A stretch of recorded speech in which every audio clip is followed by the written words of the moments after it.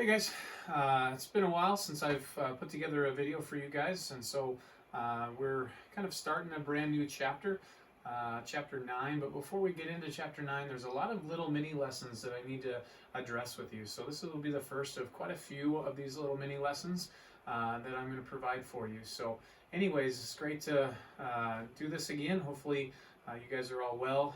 This filming is taking place in the basement of my house. You can thank, if you see Mr. Smart, you can thank Mr. Smart for his projector so that we could do this, have this set up. So I'm very appreciative of him. But anyways, what I wanted to cover today is a process called simplifying radicals. We've looked at this a little bit already over a month ago. We're going to revisit it today. Some of this will be a review, some of this will be new to you. So pay attention as we go through simplifying radicals. We're going to start with some notes, and then we'll look at some examples here in a second. Okay, so we've got 3 rules with radicals. Again, radicals are, example of radicals are square roots, they could be cube roots, they could be fourth roots, they could really be any root we want, an nth root. So those are what radicals are, and we need to talk about how do we simplify them. Okay, well, there's 3 main rules with radicals. One is that we want to leave no perfect factors in the radical. Okay, sorry for my handwritten notes in there. Leave no perfect factors in the radical. Now, what do we mean by that? Well, we just finished up a chapter on factoring, and so factors are numbers that divide evenly into an expression. So we want to leave no perfect squares when there are square roots involved, okay, meaning no perfect square factors. So if I'm dealing with a square root, I don't want to have 4, 9, 16, those numbers being perfect squares. I don't want those numbers to be able to be divided into whatever's inside my square root. Okay, I don't want to leave any perfect cube factors within cube roots, etc. Be perfect fourth factors in fourth roots, and so on. Okay, so how do we deal with that? Well, there's a process that I taught you. This is the part that will be review out of this lesson over a month ago, called Breens Chapel. This kind of analogy that I came up with in my first year teaching. We'll revisit it slightly here today as we review. So this process helps us deal with how do I remove any perfect squares that are factors inside of square roots. It can also be applied, but we won't focus on it today. That'll be a later lesson on how do I take perfect cube factors out of a cube root as well, but Breens Chapel can apply there as well. Second, we want to leave no fraction in a radical. Our solution for that is we have this ability to take if I have a nth root, meaning it can be any radical I want, and I've got a fraction inside, okay, I can rewrite that, and it actually can go either direction, but I can rewrite that as a radical of the numerator divided by the radical of the denominator. Now, we're actually going to see many problems like this today that are actually going to be in this form, and we're going to rewrite it initially as our first step in this form. Now, that might sound confusing to you because we just talked about leaving no fraction in the radical. Well, the reason that we will want to go from this to this is so that I can reduce our fraction. Okay, and so we're going to see that today. But oftentimes we'll actually look at a fraction inside of a radical and we want to go that direction. Thirdly, leave no radical in the denominator. There's this process, I'm not going to cover it today, but I will cover it in a mini lesson coming up, called rationalizing the denominator. And that is the process for dealing with this third rule with radicals. Okay, so we're going to mostly be looking at these first 2 today. Let's start by a little bit of a review of Breens Chapel. Okay, so I just said today we're going to work on simplifying square roots with fractions with square roots in them. Okay, and so we're gonna see some fractions with square roots in them, and we'll deal with that. But before that, let's take a look at Breens Chapel. Okay, so this would be more how do we simplify square roots. So let's review some things with Breens Chapel. Okay, so key parts, how do I encourage you to simplify radicals using Breens Chapel? A few things here. 1, build a factor tree for the number or expression in the radical. By the way, that number or expression that's in the radical Here's some vocabulary for you. It's called a radicand. This right here, that's the definition of a radicand. The number or the expression inside the radical is called a radicand. Okay, so with this Breens Chapel, I'm not going to go into the detail of everything like I did in class when I covered this, but I'll try to highlight most of it for you. But Breens Chapel, the reason I call it chapel is because it's a place that couples are going to go and they're going to get married, and couples leave as one. So we're going to circle our couples on the bottom of the factor tree, and we're going to box our lonelies. Okay, box our lonelies. Lastly, and the key phrase of Breens Chapel is that couples leave as one and lonely people stay. Okay, that is, couples leave the chapel. That chapel is that radical sign. So couples are going to leave the radical, and lonely people are going to stay in the radical.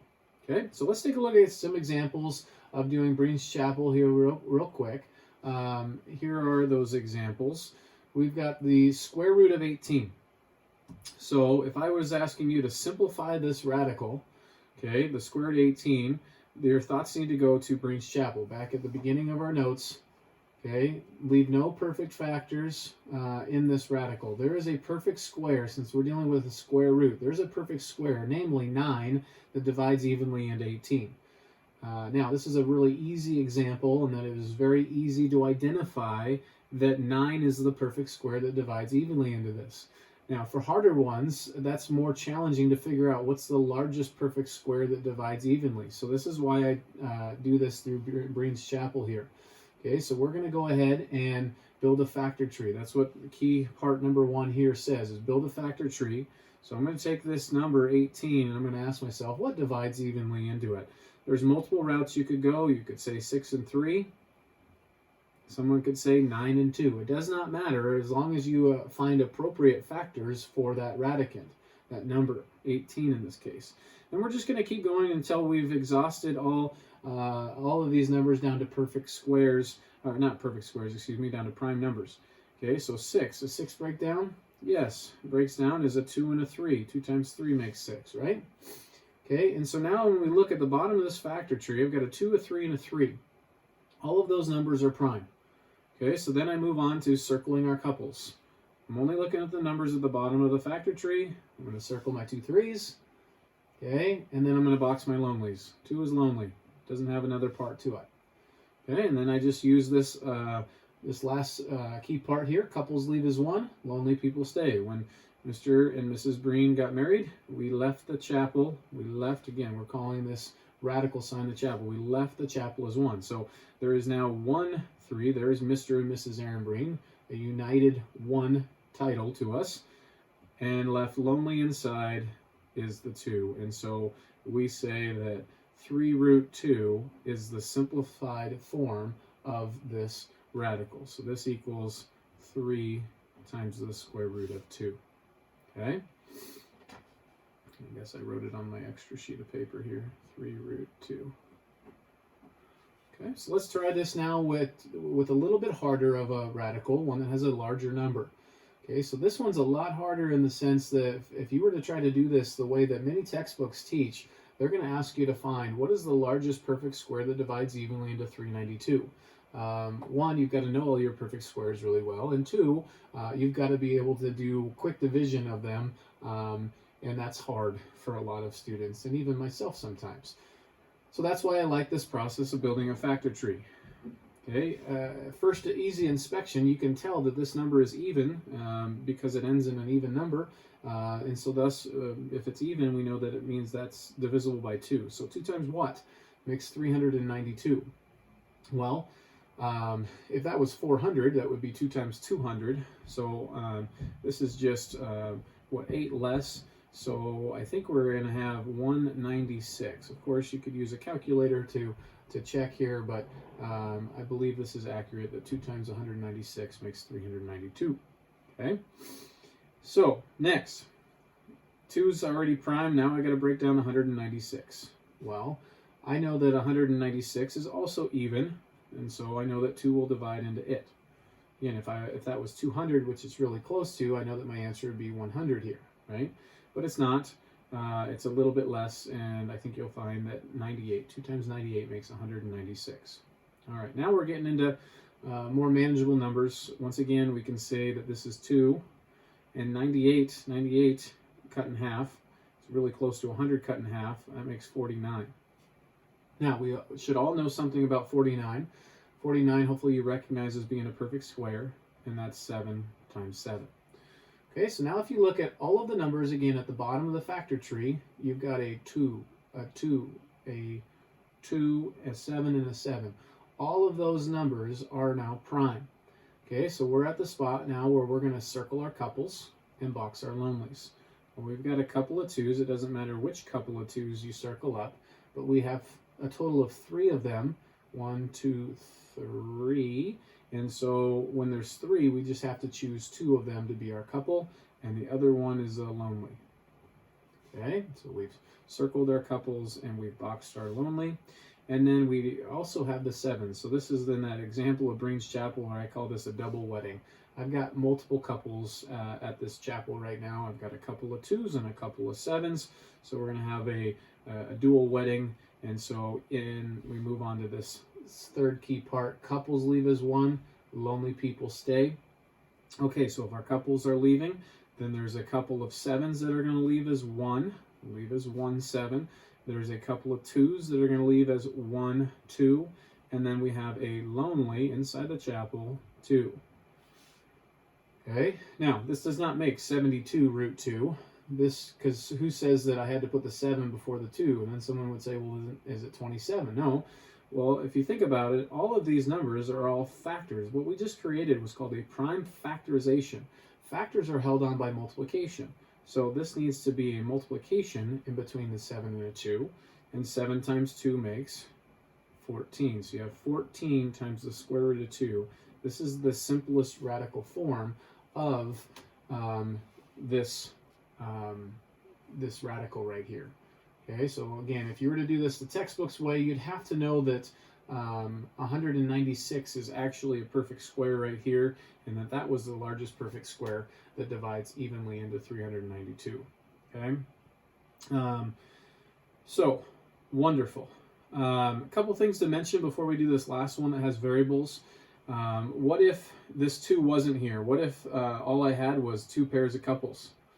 Well, Breens Chapel, the analogy continues. If there are no lonely people, there's no chapel. And so you would have, if that was the case, if this was not there, we would have a 2 and a 7, each leaving as 1 on the outside. So we just have the number 14. Okay, the chapel is there for the lonely people. Okay, so then that would just look like 14 with no radical if that was not there. Okay. All right, let's take a look at one here with variables. We've seen these again, so I'm kind of going a little bit fast through this because this is not your first time being exposed to this. But, okay, so in this situation, there's 2 things that are different about it. 1, there's variables involved. 2, you have this number outside. So just consider this as like a previous wedding that took place at the same chapel. There's already a couple of 5s that left as 1, 5 together. So we're just going to not deal with that until the very end. We're still going to build a factor tree. 72 breaks down. Clearly it's even, so it divides by 2. And that's 2 and 36. Okay, 36 breaks down. Hopefully you recognize 36 as being a perfect square, so I'm going to write that as 6 and 6. And I certainly could, and we've looked at this before, I certainly could break down the 6 into a 2 and a 3, and then that 6 is into a 2 and a 3. But then I'd have a couple of 2s and a couple of 3s, and they each would leave as 1, 2, and 1, 3 and be multiplied on the outside. Well, 2 times 3 on the outside is a 6. So if you ever get to a spot where you see a couple, you can actually couple them up. Okay, so I want a 6 to go outside, and it looks like this little 2 is lonely. Okay, so that's no different than what we've been doing, but how do I deal with the variables? With the variables, you just think about what does it mean for x to be cubed. X cubed is a shorthand form of, I always like to write it like this, x times x times x. There are 3 x's being multiplied to make x cubed, right? We need to understand our properties of exponents. X times x times x. We would add all of those exponents of 1 together to make x to the 3rd. Well, how many couples are in x times x times x? There's 1 couple. This is kind of small. and one lonely. Okay? So I've got one couple of x's and one lonely. Then do the same thing with y to the fourth. I'm going to challenge your thinking on this one and choose to write this one this time as y squared times y squared. Again, opportunity to practice your exponents. Y squared times y squared, they have the same base, so we add the exponents, and that makes y to the fourth. Those are couples. Y squared and y squared are exactly the same, and so we circle our couples, and I don't have any lonelies. Okay, so again, the other way that you could have done that with y to the fourth is someone could have said, well, that's y times y times y times y. That's a couple, and that's a couple. But you're going to notice a y is going to leave, and another y is going to leave to make y squared on the outside. That's the same thing as me sending one y here, or one y squared here out, because I've got a couple of y squareds. Okay, so now we get to apply this whole couples leave as one, lonely people stay. So look for where you've got couples. I've got a couple of 6's. That's going to leave to go with this 5. Again, as we talked about in this last problem, by multiplication. So I have a 6 times a 5 on the outside of the radical. Keep moving on. I've got an x, right? I've got a couple of x's, so those two x's are going to leave as 1x times an x. And I've got a couple of y squared, so those two y squareds are going to leave as 1y squared. And the square root, because we do have lonelies, and my lonelies here are 2 is in a box, x is in a box, and we'll multiply those as well. And I think those are my only lonelies. So we just need to put our final answer together. 6 times 5 is 30, times x times y squared is just an xy squared. So we have 30xy squared. A little bit off the screen here. Here we go. 30xy squared times the square root of what's inside, 2x. Okay, so that would be our answer to that problem. All right. So hopefully this helps. Again, you're going to have a few of these opportunities to practice this on your assignment that I'm going to provide for you after you watch this video. And hopefully this will help. Again, what a wonderful opportunity with a video where you can pause it, you can try it on your own, and you can check to make sure you're getting these just right before going on and doing your homework. Okay? All right, so now let's get to the spot that is a little bit new for us. Okay, and that is, how do I deal with when I have some fractions that have radicals in them?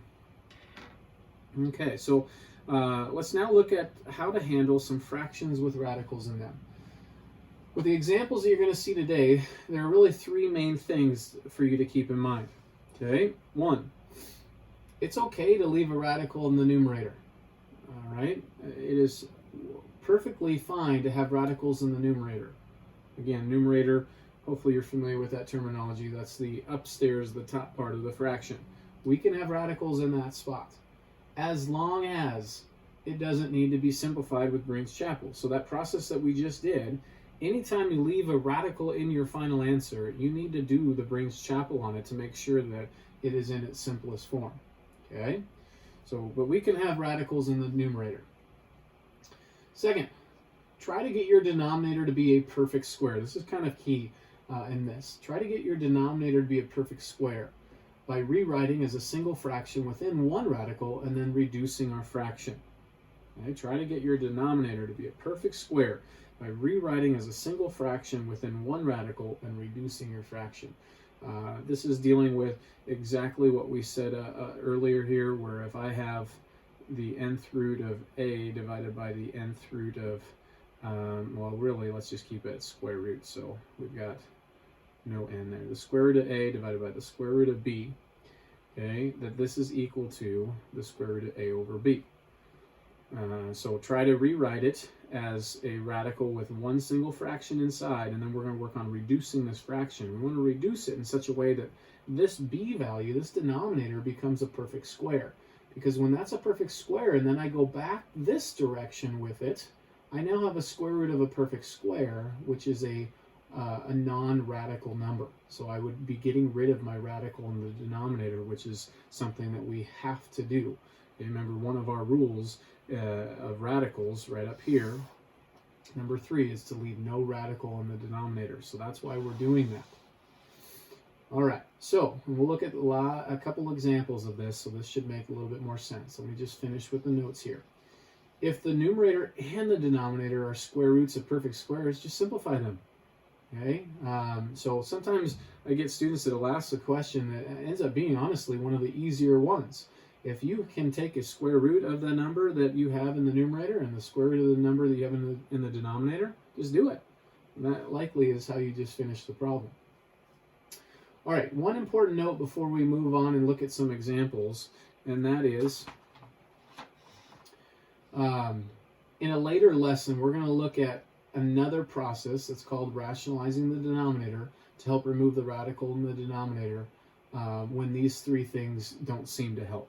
Okay, so in the problems that I'm going to give you today, they're what I would consider probably a little bit on the easier side of how to get these radicals out of the denominator. But when there are times where these three steps or things that I want you to consider don't really apply, and that's when we need this process that I'm going to teach you later on called rationalizing the denominator. Okay, I don't want you watching this video thinking that this will work every time. It won't, but it will work on the ones that I'm going to give you today to practice with.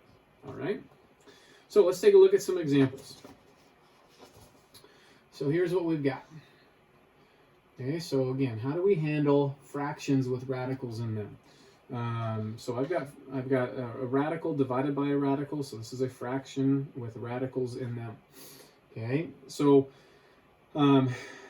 first off, one of the first things to check is really back here at the step 3. Is this a perfect square and is this a perfect square? If that's the case, then we just evaluate them. Well, no, 3 and 27 are not. But one thing I want you to get good at seeing is, hey, if I rewrite this as one single fraction, so I'm going to apply this property right here. Well, it's a little bit off the screen. This property that says if you've got a radical in the numerator, so let's just say a square root this time. If you've got a square root in the numerator and a square root in your denominator, you can rewrite this as one single square root of the whole fraction. Okay? Now, why do that? Well, look. We have a fraction 3/27 now to work with. And hopefully you realize that 3/27 reduces. Okay, so we're going to go ahead and reduce that fraction. What goes into both 3 and 27? 3 does. So when we reduce this fraction, we go back to elementary school when we're reducing fractions. This is equivalent to 1/9. Now, why do we do that? Well, look. Now I can take this radical that I have with the fraction inside, and I can go back this way. This is why at the start of your notes here today, I put this little double arrow in here.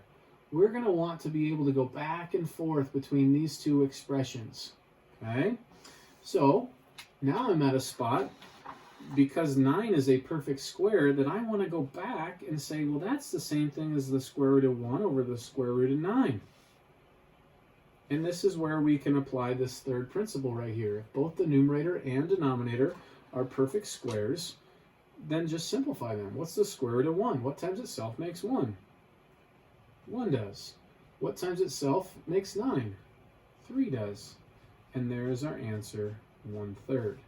Notice, we don't have a radical in the denominator anymore. We don't have a fraction within a radical anymore. And since there's no radical present, it would be simplified. Okay, so there's our answer of 1/3.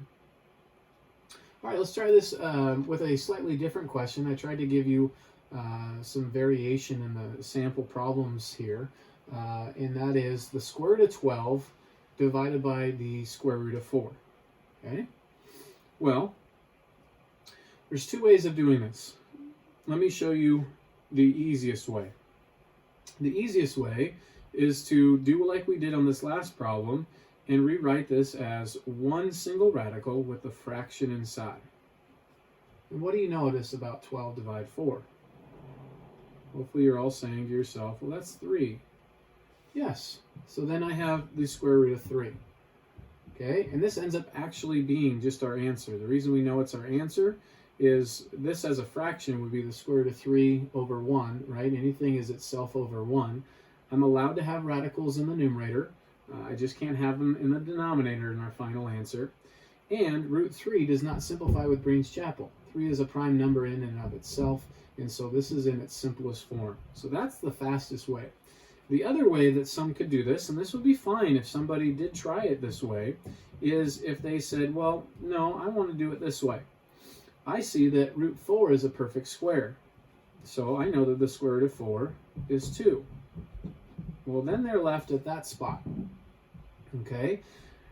You might think that this is your final answer, but the problem is this root 12 does not satisfy this very first rule.